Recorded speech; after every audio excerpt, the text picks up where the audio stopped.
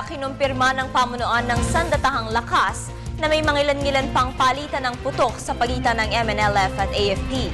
Patuloy naman ang pagkilos ng AFP na agad maapula ang karahasan sa Zamboanga City at umaasang wala nang madadamay pang mga sibilyan.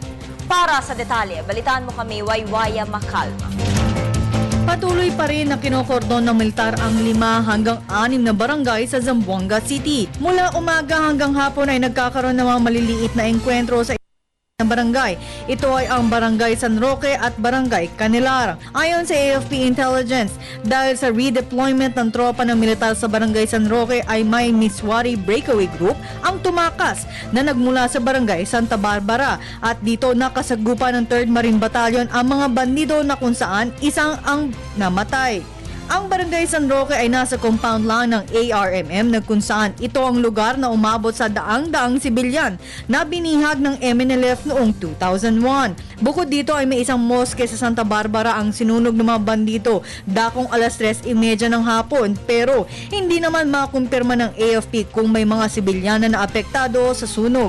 Sa kabila nito, pagtitiyak ng AFP na walang spillover na nagaganap. Not really as a spillover. That is really a spillover. Probably that is because we do not know where they came from on that. Probably these are it could mean so many things.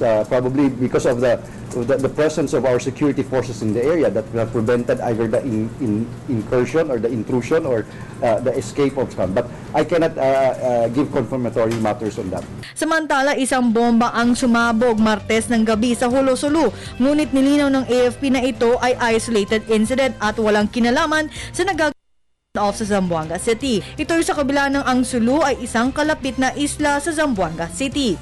Sa ngayon ay defensive mode pa rin ang posisyon ng militar at tiniyak na kontrolado pa rin ang sitwasyon sa Zamboanga City. This incident is part of the security operations being undertaken in order to contain or to contain the situation in the area, prevent spillovers or any intrusion or going out of armed men in the area.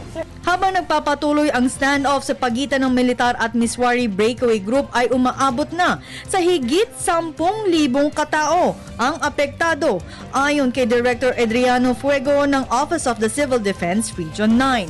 Para sa Telebisyon ng Bayan, Waywaya Macalma.